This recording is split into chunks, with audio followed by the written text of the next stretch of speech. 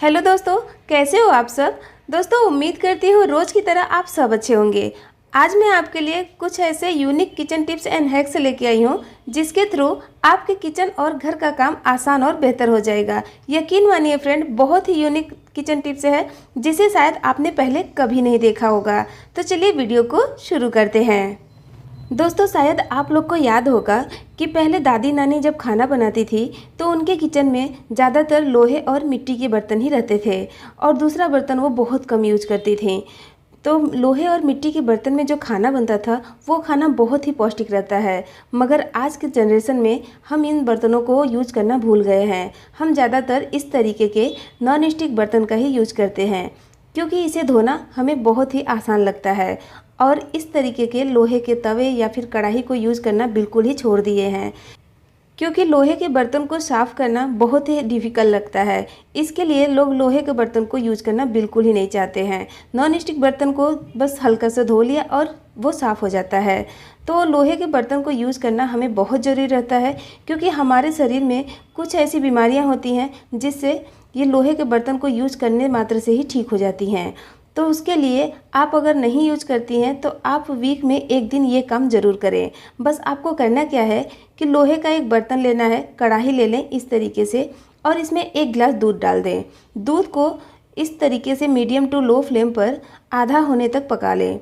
आप चाहे तो दूध को ऐसे ही लो फ्लेम पर छोड़ दें और धीरे धीरे पकने दें, बीच बीच में चलाते जाएं। बस इतना पकाने के बाद ही जो लोहे का गुण रहता है वो पूरा दूध में आ जाएगा।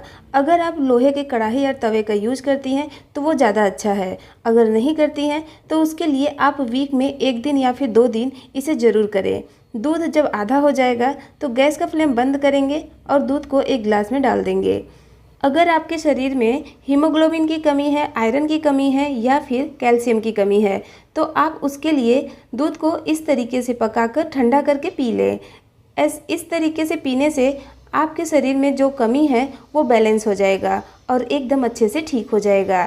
तो आप लोहे के बर्तन का यूज ज़रूर करें अपने किचन में, जिससे हमारे फैमिली मेम्बर में सबको आयरन भरपूर मात्रा में मिलेगा और कम से कम बीमार होने का चांस रहेगा। तो फ्रेंड, वीडियो आपको कैसा लगा मुझे कमेंट करके ज़रूर बताइएगा। मुझे आपके कमेंट का इंतज़ार रहेगा। दोस्तों जब हम साबुन को बॉक्स में से निकालते हैं तो इसे यूज कर लेते हैं, मगर इसका जो बॉक्स रहता है इसे हम फेंक देते हैं। मगर हम इसके बॉक्स में कोई चीज़ रखने के लिए नहीं यूज करेंगे, कोई तरीके का ऑर्गेनाइजर नहीं बनाएंगे, मगर इसका यूज हम अपने किचन के लिए करेंगे। तो वो कैसे करना है चलिए वो देख लेते हैं। तो देखिए मैंने बहुत सारे बॉक्स को एक साथ रख लिया है। मैं हमेशा इसे इकट्ठा करके रख लेती हूँ। उसके बाद जब हम चावल को निकाल कर इसे पकाने के लिए हम थाली में निकाल कर और इसे चुनने लगते हैं तो इसमें से कुछ कंकड़ पत्थर भी मिलते हैं और साथ में कुछ कीड़े भी मिल जाते हैं। तो हमें लगता है कि चावल अभी ख़राब हो गया है। तो चावल ख़राब नहीं हो, इसमें कीड़े नहीं लगे, उसके लिए हमें साबुन के बॉक्स का यूज करना है। सुनकर आपको थोड़ा सा अजीब लग रहा होगा फ्रेंड, मगर यकीन मानिए ये बहुत ही यूजफुल है। तो जब भी आप चावल को स्टोर करें इस तरीके से पॉलीथीन में या फिर आप कोई भी डब्बे में डाल रही हैं तो आप चावल को डालने के बाद ऊपर से इस बॉक्स को अच्छे से बंद कर दें। उसके बाद इसे आप चावल के अंदर डाल दें। तो मैं यहाँ पर इस पॉलीथीन में ही डाल रही हूँ क्योंकि मेरा जो कंटेनर है वो पूरा फुल हो गया है, तो उसमें मैंने पहले से ही डाल कर रखा है और ये जो बाकी का चावल है मैं इसमें ही इसे डालकर रख दूँगी। और इसमें देखिए बॉक्स को डालकर इस तरीके से अच्छे से फोल्ड करके मैं इसके ऊपर एक क्लिप लगाऊंगी या फिर सेलो टेप से चिपका दूंगी। चावल के अंदर साबुन के बॉक्स को रखने से चावल ज़्यादा दिन तक ऐसे ही टिके रहेंगे, बिल्कुल भी इसमें कीड़े नहीं लगेंगे। दोस्तों मैंने इस वीडियो में जितने भी बर्तन और सामान का यूज किया है उसका लिंक मैंने डिस्क्रिप्शन में डाल दिया है। अगर आपको चाहिए तो आप वहाँ जाकर देख सकते हैं। फ्रेंड, अगर आपको भी झाड़ू पोछा करना बहुत ही भारी काम लगता है और ख़ास तौर से गर्मियों में, तो उसके लिए मैं आपको कुछ ऐसे टिप्स बताऊंगी जिससे आपका पोछा करने का झंझट ख़त्म ही हो जाएगा। यकीन मानिए फ्रेंड, बस आप पोछा चलते फिरते ही कर देंगी, आपको पता भी नहीं चलेगा कि आपका घर कब साफ़ हो गया। तो आज मैं आपके लिए कुछ ऐसे ही टिप्स लेके आई हूँ और जिनके घुटनों में प्रॉब्लम रहता है, बैठकर पोछा नहीं कर सकती हैं, उनके लिए तो ये रामबाण इलाज है। और यकीन मानिए फ्रेंड, आपको इसके लिए 1 रुपया भी नहीं खर्च करना है। तो यहाँ पर मैंने एक पुराना टी शर्ट ले लिया है जो फट चुका है, अब इसे पहनने वाले नहीं हैं, तो हम इसे यूज करेंगे पोछा करने के लिए। तो हम हाथ से नहीं पोछा करेंगे, हम इसे अपने पैरों में इस तरीके से डाल देंगे। ये देखिए ऐसे।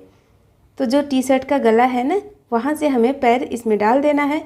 आप चाहे तो यहाँ पर रबड़ बैंड लगा सकती हैं। पहले रबड़ बैंड को इस तरीके से पैर के अंदर डालकर उसके बाद टी शर्ट को डाल दें, फिर रबड़ बैंड को टी शर्ट के ऊपर चढ़ा लें। मगर रबड़ बैंड ज़्यादा टाइम तक नहीं टिकेगा, हो सकता है निकल जाए, तो उसके लिए आप सबसे अच्छा है कि इस तरीके से एक डोरी ले लें और रस्सी लेकर आप इसे हल्के से बांध लें। बहुत ज़्यादा टाइट मत बांधिएगा फ्रेंड कि आपको पैर में दर्द ही होने लगे, बस हल्का सा ऐसे बांध लें। इतना बांधने से ही ये एकदम मजबूती से टिका रहेगा, बिल्कुल भी नहीं खुलेगा। अब चलिए मैं आपको पोछा करके दिखाती हूँ। यकीन मानिए फ्रेंड, ये आइडिया बहुत ही यूजफुल है। जब आपको कभी पोछा करने का दिल नहीं हो तो आप इस तरीके से पोछा कर लें। बस थोड़ा थोड़ा सा पानी गिरा लें और इस तरीके से पैर को घुमाते जाएं। बस आपको पैर को घुमाना है और कुछ भी नहीं करना है। इतने मात्र से ही पोछा होकर एकदम घर क्लीन हो जाएगा। तो जब कभी आपका दिल नहीं करे पोछा करने का, या फिर तबीयत ख़राब है, या फिर अगर आपके घुटनों में प्रॉब्लम रहता है, आप झुककर या बैठकर पोछा नहीं कर सकती हैं, तो उस कंडीशन में भी आप पोछा कर सकती हैं इस तरीके से। तो देखिए जो हमने पोछा किया है वो टाइल्स देखिए कितने अच्छे से क्लीन हो गया है। बस जब आपका पोछा हो जाए उसके बाद आप टी शर्ट को पैर में से निकाल दें और इसे अच्छे से धोकर सुखा लें। दूसरे दिन फिर से इसका यूज कर लें। अगर कोई जेंट्स अकेले रहते हैं, उनके घर में कोई मेड नहीं है, तो उनके लिए भी ये तरीका बहुत ही अच्छा है। तो इसमें ना ही हमें टी शर्ट को काटना है, ना फाड़ना है और ना ही सिलना है, बस पैर में डालकर पोछा कर लेना है। ज़रूर ट्राई करिएगा, पसंद आएगा। कुछ ऐसी चीज़ें हमारे घर में रहती हैं जिसे हम बेकार समझकर फेंक देते हैं, मगर हमें पता ही नहीं रहता है कि ये हमारे बहुत ही काम का हो सकता है। तो दोस्तों मैं भी कुछ इस तरीके से ही इस टूथपेस्ट के बॉक्स के साथ करती थी, मगर बाद में मुझे कुछ आइडिया लगा कि मुझे इसे यूज करना चाहिए। जैसे कि ये डिश वॉश है, इस डिश वॉश को मैंने इस तरीके से बास्केट में करके रखा था, जिससे ये ज़्यादा जगह भी लेता है और अच्छा भी नहीं लगता है। तो मैंने क्या किया, इस बर्तन धोने के साबुन को इस बॉक्स में डालकर अच्छे से अरेंज करके रख दिया।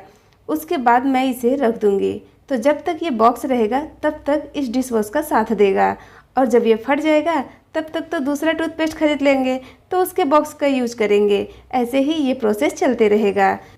तो दोस्तों वीडियो पसंद आया है तो लाइक भर भर के करिएगा, और चैनल को अभी तक सब्सक्राइब नहीं किए हैं तो सब्सक्राइब कर लीजिएगा ऐसे ही यूजफुल टिप्स देखने के लिए। फैमिली और दोस्तों के साथ शेयर करिएगा ताकि उनको भी पता चले।